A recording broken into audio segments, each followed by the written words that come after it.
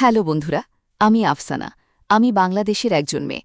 আজকে আমি তোমাদের যে গল্পটা বলবো সেটা আমার কাকিমা এবং আমার বাবাকে নিয়ে।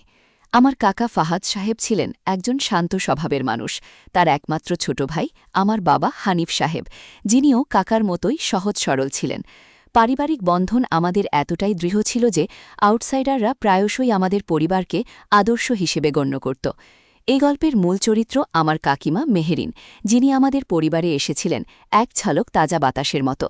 কাকিমা মেহেরিন যখন আমাদের পরিবারে এলেন তখন তার উজ্জ্বল হাসি আর প্রাণবন্ত স্বভাব মন জয় করে নিয়েছিল। কাকা ফাহাদের সাথে তার বিয়েটা ছিল যেন এক রূপকথার মতো। মনে হচ্ছিল ঈশ্বর যেন তাদের দুজনকে একে অপরের জন্যই তৈরি করেছেন। নতুন বউ হিসেবে কাকিমা এতটাই মানিয়ে নিয়েছিলেন যে মনেই হয়নি তিনি বাইরে এসেছেন। তার হাতে রান্না, তার মিষ্টি ব্যবহার সবকিছুতেই ছিল এক ধরনের মায়া। আমাদের পরিবারের প্রতিটি সদস্য তাকে মন থেকে আপন করে নিয়েছিল। বিশেষ করে আমি আফসানা, কাকিমার সাথে আমার সম্পর্কটা ছিল যেন মায়ের মতোই। কাকাও কাকিমাকে অসম্ভব ভালোবাসতেন। তাদের মধ্যেকার প্রেম দেখে আমরা সবাই মুগ্ধ হতাম। কাকা ফাহাদ ব্যবসা করতেন, আর কিছুদিন পর ব্যবসার উন্নতির জন্য তিনি বিদেশে যাওয়ার সিদ্ধান্ত নিলেন। পরিবারের সচ্ছলতা আরও বাড়ানোর জন্যই তার এই আত্মাত্যাগ। কাকার সিদ্ধান্তটা আমাদের সবার জন্য খুব কঠিন ছিল, বিশেষ করে কাকিমার জন্য। বিয়ের পর এত অল্প সময়ের মধ্যে স্বামীকে ছেড়ে থাকা তার জন্য ছিল বিরাট চ্যালেঞ্জ। তবুও দেশের মঙ্গলের জন্য এবং পরিবারের ভবিষ্যতের কথা ভেবে কাকা এক বুক আশা নিয়ে বিদেশে পাড়ি জামালেন। কাকা চলে যাওয়ার পর কাকিমা প্রথম দিকে কিছুটা বিষণ্ণ থাকলেও ধীরে ধীরে নিজেকে সামলে নিলেন এবং আমাদের পরিবারের সবার সাথে স্বাভাবিক জীবনযাপন করতে লাগলেন।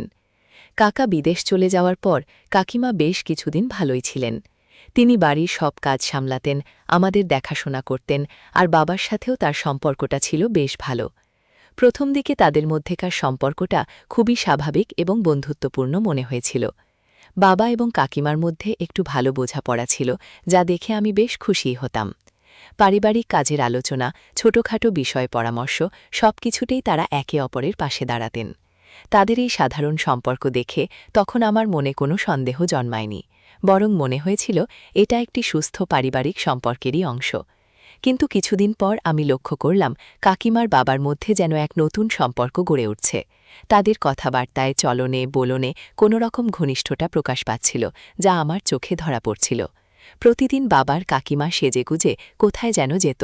তাদের এই সেজেগুজে বাইরে যাওয়াটা আমার মনে প্রথম সন্দেহের দানা বাঁধতে শুরু করল। কাকা যখন বিদেশে তো কষ্ট করছেন, তখন কাকিমা কেন বাবার সাথে এমনভাবে প্রতিদিন বাইরে যাচ্ছেন, এটা আমার কাছে একটা বড় প্রশ্ন হয়ে দেখা দিল। কাকার প্রতি কাকিমার এই ধরনের আচরণ আমার মনকে বিষণ্ণ করে তুলছিল। বাবার কাকিমার এই গোপন চলাফেরা আমার মনে এক গভীর অস্থিরতা তৈরি করছিল। মনে মনে ভাবতাম কাকা কাকিমাকে কত বিশ্বাস করে বিদেশে যাচ্ছেন, আর কাকিমা বাড়িতে বাবার সাথে এসব করছেন। বিশ্বাসটা ভাবতেও আমার ঘৃণা হচ্ছিল।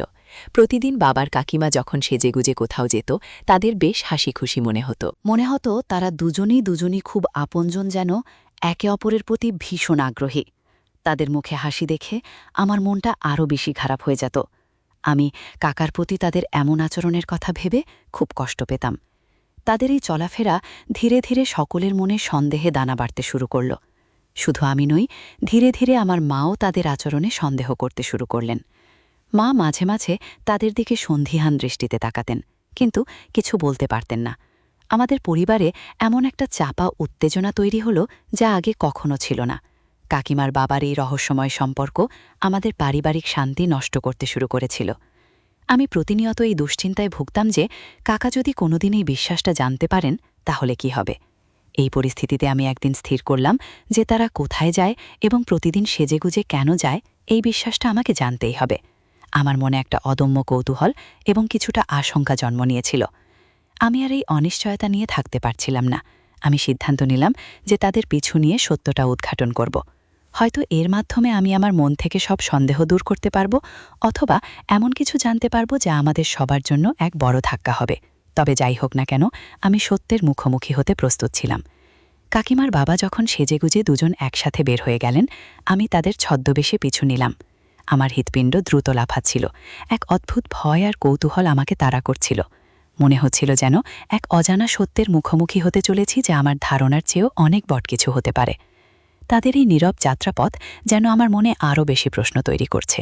তারা শহরের পরিচিত রাস্তাগুলো ছেড়ে জনবসতি পেরিয়ে ধীরে ধীরে এক অচেনা পথের দিকে এগোতে লাগল। তারা শহরের কোলাহল ছেড়ে ক্রমশ গ্রামের মিঠো পথ ধরে হাঁটতে শুরু করলেন। আমি একটু দূরে থেকে তাদের অনুসরণ করছিলাম, যাতে তারা আমাকে দেখতে না পান। গ্রামের নির্জনতা আর গাছপালার ছায়া যেন তাদের রহস্যকে আরও গভীর করে তুলছিল। আমার মনে হাজারো প্রশ্ন ঘুরপাক খাচ্ছিল। তারা কোথায় যাচ্ছেন, কেনই বা এমন নির্জন পথ বেছে নিলেন? তাদের মুখে যে গাম্ভীর্য ছিল তা দেখে মনে হচ্ছিল যেন তারা কোনো গুরুত্বপূর্ণ গোপন কাজ সম্পন্ন করতে যাচ্ছেন। এক পর্যায়ে আমি দেখলাম তারা এক গভীর জঙ্গলের ভেতরে প্রবেশ করলেন। জঙ্গলটি এতটাই ঘন ছিল যে সূর্যের আলোয় ভালোভাবে প্রবেশ করতে পারছিল না। মনে হচ্ছিল যেন আমি কোনো এক প্রাচীন রহস্যের প্রবেশদ্বারে দাঁড়িয়ে আছি। আমার বুকটা ধরফর করছিল। এত গভীরে তারা কেন যাচ্ছেন, এই প্রশ্নের উত্তর খুঁজতে আমার কৌতূহল আরও বেড়ে গেল। আমি পা টিপে টিপে তাদের অনুসরণ করতে লাগলাম, সতর্ক ছিলাম যাতে কোনো সত্য না হয়। জঙ্গলের আরও গভীরে প্রবেশ করার পর আমি দেখলাম তার এক ছোট্ট কুঁড়েঘরের দিকে এগোচ্ছেন। কুঁড়েঘরটি চারপাশে গাছপালায় এতটাই ঢাকা ছিল যে বাইরে থেকে সহজে চোখে পড়ার মতো ছিল না। মনে হলো যেন কোনো গোপন আশ্রয়স্থল। আমার সকল সন্দেহ তখন চরম পর্যায়ে পৌঁছে গিয়েছিল। এই নির্জন জঙ্গলের মাঝে এমন একটি কুঁড়েঘরে তারা কি করতে পারে? আমার মনে হচ্ছিল যেন আমি কোনো চলচ্চিত্রের দৃশ্যের অংশ। বিশ্বাসটা আমার কাছে কৌতূহলী মনে হলো। তারা যখন কুঁড়েঘরের ভেতরে প্রবেশ করলেন, আমি ধীরে ধীরে কুঁড়েঘরটির কাছে গেলাম। আমার সকল ইন্দ্রিয় সজাগ ছিল। আমি নিঃশ্বাস বন্ধ করে রাখলাম, যাতে কোনো শব্দ না হয়। আমার মনে হচ্ছিল যেন আমি এমন কিছু দেখতে চলেছি যে আমার জীবনকে চিরতরে বদলে দেবে। আমি জানালার ফাঁক দিয়ে ভেতরে কি হচ্ছে তা দেখার চেষ্টা করলাম, কিন্তু সেখানে গিয়ে আমি অবাক হয়ে গেলাম। আমার সকল ভাবনা ভুল হয়ে গেল। আমার সমস্ত সন্দেহ এক মুহূর্তে দূর হয়ে গেল। আমি যা দেখলাম তা আমার কল্পনার সম্পূর্ণ বিপরীত ছিল। ভেতরে কোনো অনৈতিক কার্যকলাপ চলছিল না। আমার মনে যে কুৎসিত ভাবনাগুলো জমেছিল তা মুহূর্তেই অদৃশ্য হয়ে গেল। যা দেখলাম তা আমাকে এক অন্যরকম অনুভূতি দিল। তারা সেখানে সেই কুঁড়েঘরে এক দরবেশ বাবার কাছ থেকে। তারা দুজনেই আধ্যাত্মিক বিদ্যা লাভ করার জন্যই যেত। গাজী বাবা ছিলেন একজন প্রখ্যাত সাধক, যিনি আধ্যাত্মিক জ্ঞান প্রদান করতেন। তারা মেঝেতে বসে গাজী বাবার কথা অত্যন্ত মনোযোগ দিয়ে শুনছিলেন। তাদের চোখে ছিল শ্রদ্ধা আর ভক্তি। তারা কোনো গোপন অভিসারে যাননি, বরং আত্মিক শান্তির সন্ধানে গিয়েছিল। তাদের মুখে ছিল পরম প্রশান্তি। তারা খুবই ধার্মিক ছিল, আর আমি তাদের কতই না ভুল বুঝেছিলাম। আমার নিজের ওপরে তখন ভীষণ রাগ হচ্ছিল। সামান্য কিছু দেখে না জেনেই আমি কত বড় একটা ভুল ধারণার জন্ম দিয়েছিলাম। আসলে ভুল থেকে অনেক সময় অনেক বড় ধরনের ক্ষতি হয়ে যায়। ভুল ধারণার কারণে মানুষ ও মানুষের মধ্যে চরম পর্যায়ের বিভেদ সৃষ্টি হয়, যার ফলাফল খুব ভয়াবহ হয়ে থাকে। আমি দ্রুত সেখান থেকে চলে এলাম। আমার মনটা তখন অনুশোচনায় ভুলে গিয়েছিল। আমি বুঝতে পারছিলাম আমি কত বড় ভুল করতে চলেছিলাম। সেদিন জঙ্গল থেকে বাড়ি ফেরার পথে আমার মনের মধ্যে এক অদ্ভুত জ্বর বইছিল। একদিকে ছিল নিজের ভুল বোঝার যন্ত্রণা, আর একদিকে ছিল বাবা আর কাকিমার প্রতি এক গভীর শ্রদ্ধা, তাদের নির্দোষিতা প্রমাণ হওয়ায় আমার মনটা হালকা হয়েছিল। কিন্তু একই সাথে নিজের অবিবেচক চিন্তাভাবনার জন্য ভীষণ লজ্জিত ছিলাম। সেদিন আকাশের চাঁদটাও যেন আমার দিকে তিরস্কারের দৃষ্টিতে তাকিয়েছিল। আমি প্রতিজ্ঞা করলাম এই ভুলের পুনরাবৃত্তি যেন আর কখনো না হয়। বাড়িতে ফিরে আসার পর আমি কেমন যেন চুপচাপ হয়ে গিয়েছিলাম। মা আমার এই পরিবর্তন লক্ষ্য করলেন এবং আমাকে জিজ্ঞেস করলেন, কি হয়েছে আফসানা, তোর মুখটা এমন মলিন লাগছে কেন? আমি তখন মাকে সব খুলে বলার সাহস পাচ্ছিলাম না, কারণ আমার ভুলের কারণে মা ও বাবা কাকিমা সম্পর্কে ভুল ধারণা পোষণ করছিলেন। যদি মাকে সত্যিটা বলি তাহলে হয়তো তিনি নিজের ভুল বুঝতে পেরে কষ্ট পাবেন। তাই আমি শুধু বললাম, কিছু না মা, একটু শরীরটা খারাপ লাগছে। আমার মনের মধ্যে তখন একটাই ভাবনা ঘুরছিল, বাবা আর কাকিমার কাছে কিভাবে ক্ষমা যাব। তারা যে এত ধার্মিক আর আধ্যাত্মিক পথের পথিক তা আমি ঘুণাক্ষরেও টের পাইনি। তাদের নিছক সরলতা আর বিশ্বাসকে আমি কত নীচভাবে বিচার করেছিলাম। আমার এই ভুল ধারণা যে কত বড় অন্যায় ছিল তা ভেবে আমি অস্থির হয়ে পড়ছিলাম। এই অনুশোচনা আমাকে ভেতর থেকে কুড়ে খাচ্ছিল। পরের দিন থেকে আমি বাবা আর কাকিমার প্রতি আমার আচরণে পরিবর্তন আনার চেষ্টা করলাম। আগে যেখানে তাদের দিকে সন্দেহের চোখে তাকাতাম, এখন সেখানে আমার চোখে ছিল শ্রদ্ধা আর ভালোবাসা। তাদের প্রত্যেকটি কাজ এখন আমার কাছে মহৎ মনে হচ্ছিল। আমি তাদের সাথে আরও বেশি সময় কাটানোর চেষ্টা করতাম। তাদের আধ্যাত্মিক আলোচনা মন দিয়ে শুনতাম। আমার মনে হচ্ছিল এই আলোচনার মাধ্যমে আমিও যেন নতুন কিছু শিখতে পারছি। কাকিমার বাবা তাদের আধ্যাত্মিক শিক্ষা বাড়িতেও অনুশীলন করতেন। তারা নিয়মিত ধর্মীয় গ্রন্থপাঠ করতেন, ধ্যান করতেন এবং বিভিন্ন আধ্যাত্মিক বিষয়ে আলোচনা করতেন।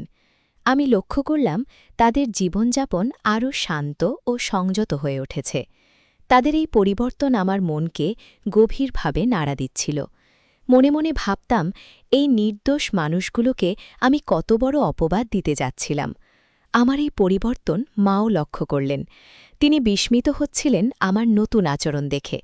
হয়তো তিনি ভাবছিলেন, আগে যেখানে আমি তাদের প্রতি সন্দিহান ছিলাম, এখন কেন আমি এত আগ্রহ দেখাচ্ছি। কিন্তু মা তখনও জানতেন না আসল ঘটনাটা কি। আমার মনে হচ্ছিল সঠিক সময় এলেই মাকে সব জানানো উচিত, কিন্তু তার আগে আমাকে আরও কিছু সময় অপেক্ষা করতে হবে। দিনের পর দিন বাবা আর কাকিমার এই আধ্যাত্মিক জীবনে আপন আমাকে মুগ্ধ করছিল। তাদের ভক্তি আর বিশ্বাস এতটাই গভীর ছিল যে তা আমার মনেও এক নতুন পথের ইঙ্গিত দিচ্ছিল। আমি বুঝতে পারছিলাম, জীবনে শুধুমাত্র পার্থিব সুখী সব নয়, আত্মিক শান্তিও অনেক জরুরি। তাদের দেখে আমারও আধ্যাত্মিকতার প্রতি আগ্রহ বাড়তে শুরু করল। আমার কাকা ফাহাদ বিদেশ থেকে মাঝে মাঝেই ফোন করতেন। তিনি কাকিমার খোঁজ খবর নিতেন, আমাদের পরিবারের সবার কুশল জানতে চাইতেন। কাকার সাথে কথা বলার সময় আমার মনে আরও বেশি কষ্ট হতো, কারণ আমি জানতাম কাকা তাদের পরিবারকে কতটা বিশ্বাস করেন। আমি মনে মনে প্রার্থনা করতাম, কাকা যেন কোনোদিন জানতে না পারেন যে আমি তাদের প্রতি এমন ভুল ধারণা পোষণ করেছিলাম। এই সত্যতা চিরকাল আমার কাছে গোপন থাকুক, এই কামনা করছিলাম। কাকিমার বাবার আধ্যাত্মিক জীবনের এই নতুন দিকটা আবিষ্কার করার পর আমার মনে একটা গভীর পরিবর্তন এসেছিল। আমার ভেতরের নেতিবাচক ভাবনাগুলো যেন ধুয়ে মুছে পরিষ্কার হয়ে যাচ্ছিল। আমি বুঝতে পারছিলাম বাইরের রূপ দেখে মানুষ সম্পর্কে বিচার করা কতটা ভুল। আমার মনে তখন শুধু একটাই চিন্তা, কিভাবে মাকে বোঝাবো যে বাবা আর কাকিমা কত নিষ্কোষ। মায়ের মনেও যে ভুল ধারণা জন্মেছে সেটা দূর করা আমার জন্য জরুরি হয়ে পড়েছিল। একদিন মা আবার বাবা আর কাকিমার বিষয়ে আমাকে জিজ্ঞেস করলেন। মা বেশ চিন্তিত মনেই বললেন, আফসানা, তোর বাবার কাকিমারই প্রতিদিন বাইরে যাওয়াটা আমার ঠিক ভালো লাগছে না। ফাহাদ বিদেশ থেকে ফোন করলে আমি কি বলবো? মায়ের উদ্বেগ দেখে আমার মনটা আরও খারাপ হয়ে গেল। আমি আর চুপ থাকতে পারলাম না।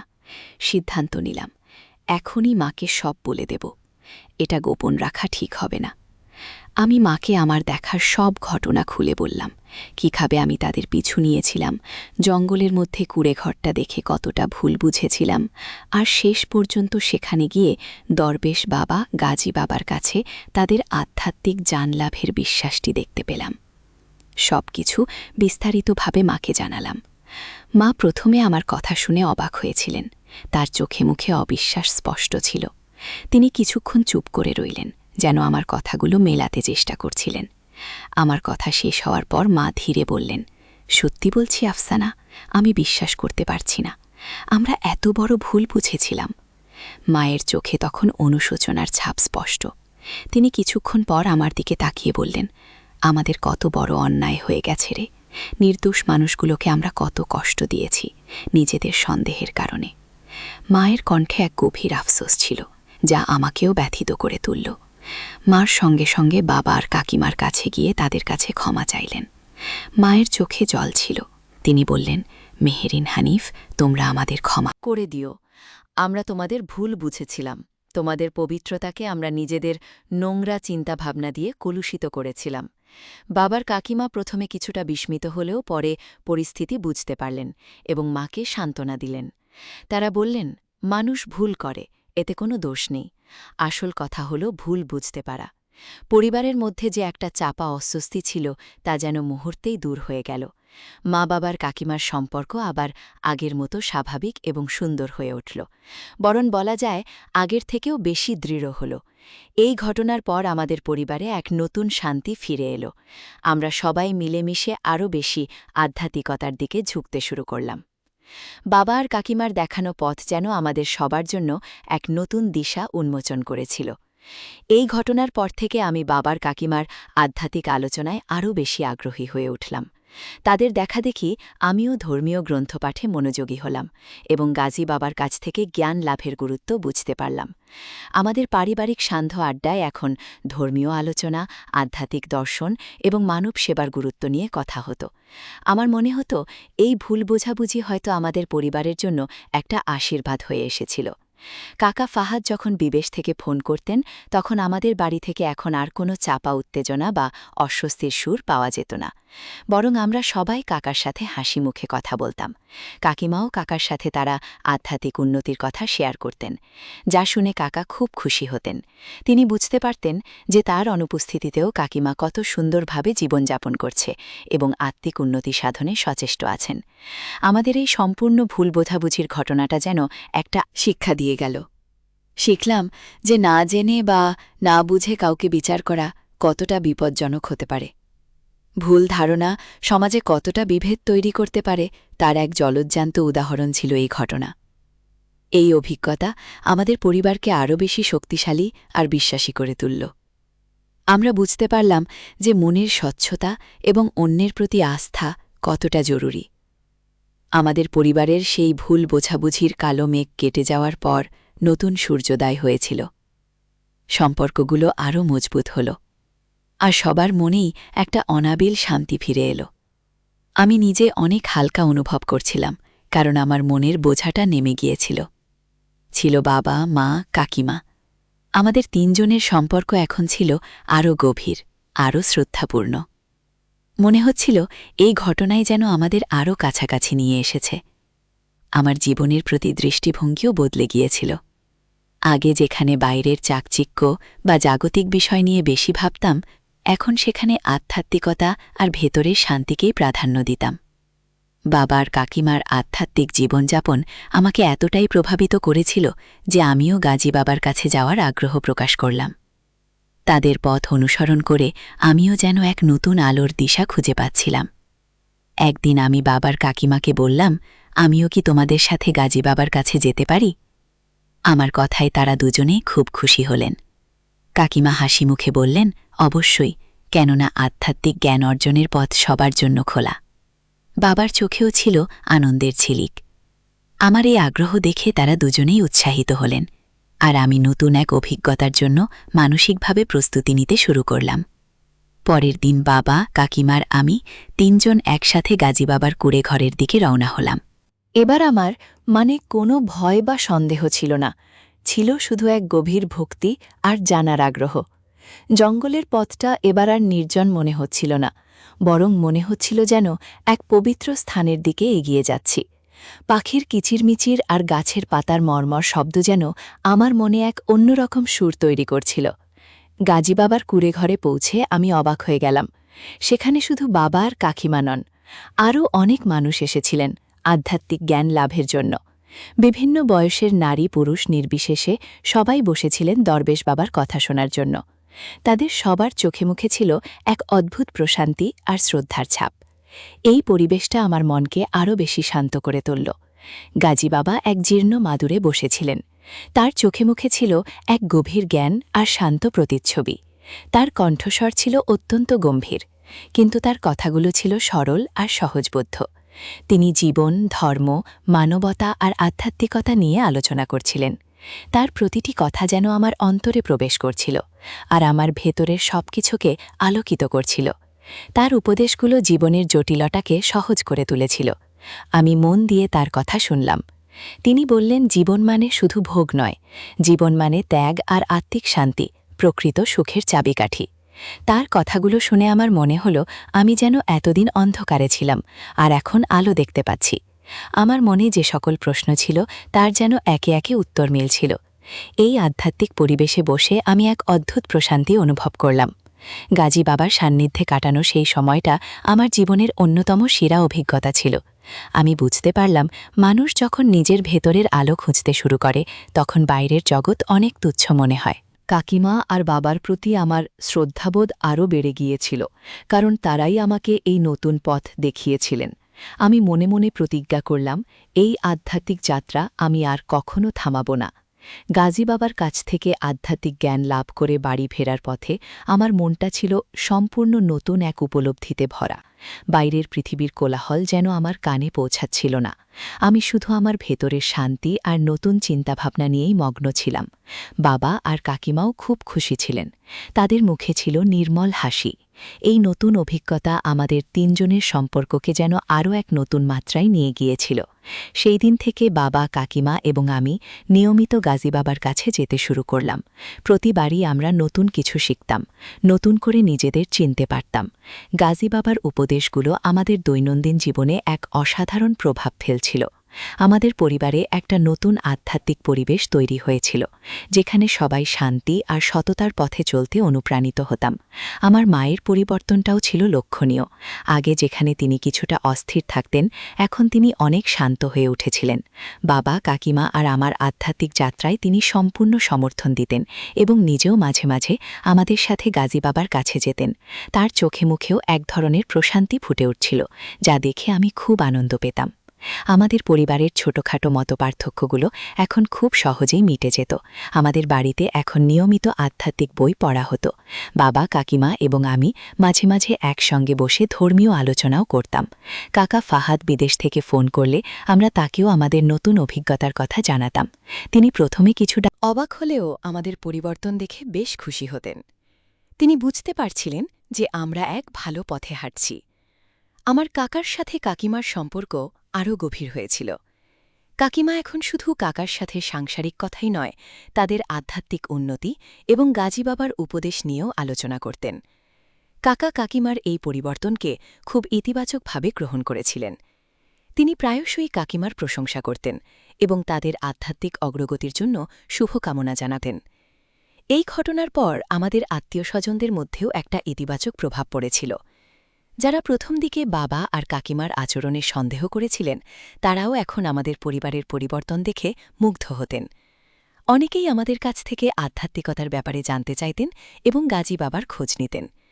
আমাদের পরিবার যেন সমাজের জন্য একটা উদাহরণ হয়ে দাঁড়িয়েছিল।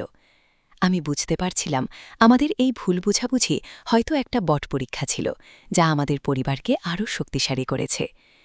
এই ঘটনা আমাদের শিখিয়েছে যে মানুষের বাহ্যিক আচরণ দেখে কাউকে বিচার করা উচিত নয়। ভেতরের রূপটাই আসল, আর সেটাই মানুষকে সৎ এবং সুন্দর করে তোলে। আমাদের সবার মনেই এখন অন্যের প্রতি শ্রদ্ধা আর ভালোবাসার এক নতুন ধারণা জন্ম নিয়েছিল। দিনের পর দিন আমাদের আধ্যাত্মিক যাত্রা আমাদের জীবনকে আরও অর্থবহ করে তুলছিল। আমি অনুভব করছিলাম, আমাদের পরিবারে এখন এক অটুট শান্তি বিরাজ করছে। এই শান্তি শুধু আমাদের ব্যক্তিগত জীবনে সীমাবদ্ধ ছিল না, বরং আমাদের আশেপাশের সবার মধ্যেও ছড়িয়ে পড়ছে। আমরা সবাই এখন এক নতুন আলোর পথে হাঁটছিলাম, যা আমাদের জীবনকে আলোকিত করছিল। প্রতিনিয়ত আমাদের জীবনে যে ভুল বোঝাবুঝিটা একটা ধাক্কা দিয়েছিল, সেটাই শেষ পর্যন্ত আমাদের জন্য আশীর্বাদ হয়ে এসেছিল। পরিবারে এখন আর আগের সেই চাপা টেনশন বা সন্দেহ ছিল না, বরং এক নতুন ধরনের বোঝাপড়া এবং আত্মিক শান্তি আমাদের সবাইকে ঘিরে রেখেছিল। আমি নিজেও নিজের ভুল থেকে অনেক কিছু শিখেছিলাম, যা আমাকে একজন ভালো মানুষ হিসেবে গড়ে উঠতে সাহায্য করছিল। আমার মন এখন কেবল কৃতজ্ঞতায় আর ইতিবাচকতায় ভরে আছে। দিনের পর দিন আমরা আরও বেশি করে আধ্যাত্মিকতার গভীরে প্রবেশ করছিলাম। বাবা আর কাকিমা ছিলেন আমাদের পথ প্রদর্শক, আর গাজী বাবা ছিলেন আমাদের আলোর দিশারি। আমরা সবাই মিলেমিশে পরিবারে একটা সুন্দর পরিবেশ তৈরি করেছিলাম, যেখানে পারস্পরিক শ্রদ্ধা আর ভালোবাসা ছিল সবচেয়ে গুরুত্বপূর্ণ। ছোটখাট যে কোনো সমস্যাতেও আমরা একে অপরের পাশে দাঁড়াতাম আর সেগুলো সমাধান করতাম। এক শান্ত মন নিয়ে আমি আমার বন্ধুদের সাথেও আমাদের পরিবারের এই পরিবর্তনের কথা শেয়ার করতাম। তাদের অনেকেই আমাদের কথা শুনে অবাক হতো, আবার কেউ কেউ অনুপ্রাণিত হতো। কিছু বন্ধু আমাদের সাথে গাজী বাবার কাছে যেতে আগ্রহ প্রকাশ করেছিল। আমরা তাদের উৎসাহিত করতাম, কারণ আমরা বিশ্বাস করতাম এই আধ্যাত্মিক পথ সবার জন্যই মঙ্গলজনক। জ্ঞান বিতরণের মাধ্যমে অন্যদের জীবনেও যেন ইতিবাচক প্রভাব পড়ে, এই আমাদের চাওয়া ছিল। কাকা ফাহাদ বিদেশ থেকে ফিরে আসার দিন ঘনিয়ে আসছিল। আমাদের সবার মনেই এক মিশ্র অনুভূতি কাজ করছিল। একদিকে যেমন কাকার জন্য অধীর অপেক্ষা ছিল, তেমনি আরেকদিকে ছিল একটা চিন্তা। কাকা কি আমাদের এই নতুন জীবনধারাকে সহজে মেনে নিতে পারবেন? আমরা জানতাম কাকা একজন আধুনিক মানুষ, তাই তার পক্ষে আমাদের আধ্যাত্মিক পরিবর্তনটা বোঝা কতটা সহজ হবে তা নিয়ে একটু সংশয় ছিল। তবে বাবার কাকিমা কাকার সাথে আমাদের এই আধ্যাত্মিক যাত্রা নিয়ে নিয়মিত আলোচনা করতেন। তারা কাকার কাছে গাজী বাবার উপদেশ, আত্মিক শান্তি এবং জীবনের প্রকৃত অর্থ সম্পর্কে ব্যাখ্যা করতেন। তারা বোঝাতেন যে এই পরিবর্তনগুলো আমাদের জীবনকে আরও সুন্দর আর অর্থপূর্ণ করেছে, আর এটা কোনো অন্ধবিশ্বাস নয়, বরং মনের শান্তি আর ইতিবাচকতার এক নতুন পথ। কাকাও তাদের কথা মনোযোগ দিয়ে শুনতেন। তার কণ্ঠস্বরে কিছুটা কৌতূহল থাকলেও কোনো বিরক্তি ছিল না। তিনি আমাদের পরিবারের প্রতিটি সদস্যের ইতিবাচক পরিবর্তন লক্ষ্য করছিলেন। যখন তিনি জানতে পারলেন যে আমি নিজেও আধ্যাত্মিক পথে হাঁটছি, তখন তিনি আরও আশ্বস্ত হলেন। তার মনেও যেন এক নতুন আশার আলো জ্বলে উঠল। এক ভিন্ন উপলব্ধিদ্বার উন্মোচিত হল। শেষ পর্যন্ত সেই দিনটি এলো যেদিন কাকা ফাহাদ দেশে ফিরলেন। আমরা সবাই বিমানবন্দরে তাকে স্বাগত জানাতে গিয়েছিলাম। কাকার চোখে মুখে ছিল দীর্ঘ ভ্রমণের ক্লান্তি, কিন্তু আমাদের দেখে তার মুখে ফুটে উঠল এক নির্মল হাসি। তিনি আমাদের সবাইকে বুকে জড়িয়ে ধরলেন, আর আমরা অনুভব করলাম এক পরিবারের অটুট বন্ধন। আমি লক্ষ্য করলাম কাকার চোখে এখন আর আগের সেই কঠিন বা সংশয়ের দৃষ্টি নেই। বাড়িতে ফিরে আসার পর কাকা আমাদের পরিবারের এই নতুন পরিবেশ দেখে কিছুটা বিস্মিত হলেন। আমাদের সবার মুখে ছিল এক ধরনের প্রশান্তি, যা তিনি হয়তো আগে দেখেননি। কাকা অনুভব করতে পারছিলেন যে এই বাড়িতে এক ইতিবাচক শক্তি বিরাজ করছে, যা সবার মনকে শান্ত আর আনন্দময় করে তুলেছে। তার নিজের মনেও এক অদ্ভুত শান্তি নেমে এলো। দীর্ঘদিনের ক্লান্তি দূর হয়ে গেল। কাকা ফাহাদ বাড়িতে ফিরে আসার পর সবকিছু যেন নতুন করে প্রাণ পেল। তার মুখে হাসি, আমাদের চোখে ছিল আনন্দ, তবে সবচেয়ে বড় পরিবর্তনটা ছিল কাকার মনের ভিতর। আমাদের পরিবারে এই আধ্যাত্মিক পরিবেশ তাকে গভীরভাবে প্রভাবিত করেছিল। তিনি লক্ষ্য করছিলেন আমাদের সবার মধ্যে এক অদ্ভুত শান্তি আর ইতিবাচকতা, যা আগে কখনো ছিল না। কাকিমার বাবা তাকে সবটা খুলে বললেন, কিভাবে তারা গাজী বাবার কাছে যেতেন, আধ্যাত্মিক জ্ঞান লাভ করতেন, আর কিভাবে এই জ্ঞান আমাদের জীবনকে বদলে দিয়েছে। কাকা মনোযোগ দিয়ে সব শুনলেন। তার চোখে কোনো অবিশ্বাস ছিল না, বরং ছিল এক গভীর কৌতূহল। তিনি বললেন, আমি বুঝতে পারছি তোমরা এক সুন্দর পথের দিশা পেয়েছ। আমি যখন বিদেশে ছিলাম তখন তোমাদের পরিবর্তনগুলো ফোনের মাধ্যমে কিছুটা অনুভব করেছিলাম, কিন্তু এখন নিজের চোখে দেখে আমি সত্যি অভিভূত। কাকার কথায় আমাদের সবার মন ভরে গেল। তিনি আমাদের এই আধ্যাত্মিক যাত্রায় সম্পূর্ণ সমর্থন জানালেন এবং নিজেও আগ্রহী হলেন এই পথের পথিক হতে। পরের দিন থেকে কাকাও আমাদের সাথে গাজী বাবার কাছে যেতে শুরু করলেন। প্রথম দিকে তার মনে কিছু প্রশ্ন থাকলেও গাজী বাবার গানগর্ভ আলোচনা শুনে তার সব সংশয় দূর হয়ে গেল। কাকা অনুভব করতে পারছিলেন যে আধ্যাত্মিক শান্তি জীবনের আসল লক্ষ্য, আর জাগতিক সুখ ক্ষণস্থায়ী। তিনি ধীরে ধীরে আধ্যাত্মিকতার গভীরে প্রবেশ করতে শুরু করলেন, আর তার জীবনেও এক নতুন পরিবর্তন আসতে শুরু করল। আমাদের পরিবারে এখন এক অসাধারণ পরিবেশ বিরাজ করছিল। বাবা, মা, কাকা, কাকিমা এবং আমরা সবাই মিলেমিশে এক আধ্যাত্মিক জীবনযাপন শুরু করেছিলাম। আমাদের বাড়িতে এখন নিয়মিত ধর্মীয় আলোচনা, ধ্যান এবং মানব সেবার কথা হতো। আমরা বুঝতে পারছিলাম যে ভুল বোঝাবুঝি থেকে শুরু হওয়া একটা ঘটনা কেমন করে এক পরিবারকে সঠিক পথের দিশা দেখাতে পারে। আমাদের এই ঘটনা সমাজের অনেক মানুষের কাছেই শিক্ষণীয় হয়ে উঠেছিল। অনেকেই আমাদের দেখে অনুপ্রাণিত হচ্ছিলেন এবং আধ্যাত্মিকতা দেখে ঝুঁকছিলেন। আমরা বুঝতে পারছিলাম যে ভুল ধারণার কারণে যে বিভেদ তৈরি হয় তা দূর করতে পারলে সম্পর্ক আরও মজবুত হয় এবং জীবনে আসে অনাবিল শান্তি।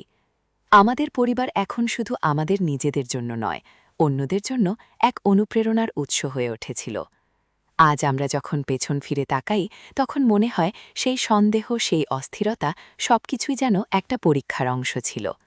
সেই পরীক্ষার ফলস্বরূপ আমরা পেয়েছি এক নতুন জীবন, এক নতুন উপলব্ধি।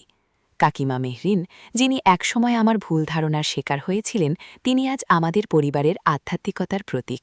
তার দেখানো পথেই আমরা সবাই খুঁজে পেয়েছি জীবনের আসল অর্থ।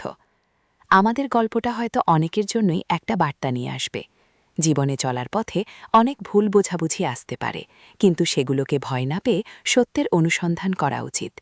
কারণ সত্যিই পারে সব বিভেদ দূর করতে এবং মানুষের মধ্যে ভালোবাসার সেতুবন্ধন তৈরি করতে। আর এই ভালোবাসা, বিশ্বাস আর শ্রদ্ধা দিয়েই আমরা গড়ে তুলতে পারি এক সুন্দর সমাজ। তাই বন্ধুরা, জীবনে কখনো না জেনে বা না বুঝে কাউকে বিচার করা উচিত নয়। বাইরের রূপ দেখে মানুষের ভেতরের রূপ বোঝা অসম্ভব। অনেক সময় আমাদের ভুল ধারণাগুলোই মানুষের মধ্যে বিভেদ সৃষ্টি করে এবং সম্পর্কগুলোকে দুর্বল করে তোলে। কিন্তু যখন আমরা সত্যকে জানতে পারি এবং নিজেদের ভুল স্বীকার করি, তখন সম্পর্কগুলো আরও মজবুত হয় এবং জীবনে আসে অনাবিল শান্তি। আধ্যাত্মিকতা এবং সত্যের পথে হাঁটার মাধ্যমে মানুষ তার ভুল বুঝতে পারে এবং সঠিক পথে ফিরে আসতে পারে, যা কেবল ব্যক্তিগত জীবন নয়, পারিবারিক ও সামাজিক জীবনেও ইতিবাচক পরিবর্তন নিয়ে আসে। সত্যিকারের সুখ আর শান্তি মেলে আত্মিক উন্নতি এবং পারস্পরিক বিশ্বাসে, যা বাহ্যিক চাকচিক্য বা জাগতিক প্রাপ্তির চেয়েও অনেক বেশি মূল্যবান। বন্ধুরা, গল্পের শেষে আমি তোমাদেরকে বলতে চাই, ভুল বোঝাবুঝি কিভাবে একটা পরিবারকে বট ক্ষতির দিকে ঠেলে দিতে পারে, আবার সেই ভুল থেকে কিভাবে নতুন পথের সন্ধান পাওয়া যেতে পারে। তোমাদের জীবনেও যদি এমন কোনো ভুল বোঝাবুঝি ঘটে থাকে, তবে সত্যের অনুসন্ধান করো এবং ভালোবাসার মাধ্যমে সবকিছু সমাধান করার চেষ্টা করো। যদি গল্পটি ভালো লাগে তাহলে লাইক, কমেন্ট ও শেয়ার করতে ভুলো না। আর আমার চ্যানেলে নতুন হলে অবশ্যই সাবস্ক্রাইব করে পাশে থেকো। দেখা হবে পরের ভিডিও। সবাইকে ধন্যবাদ।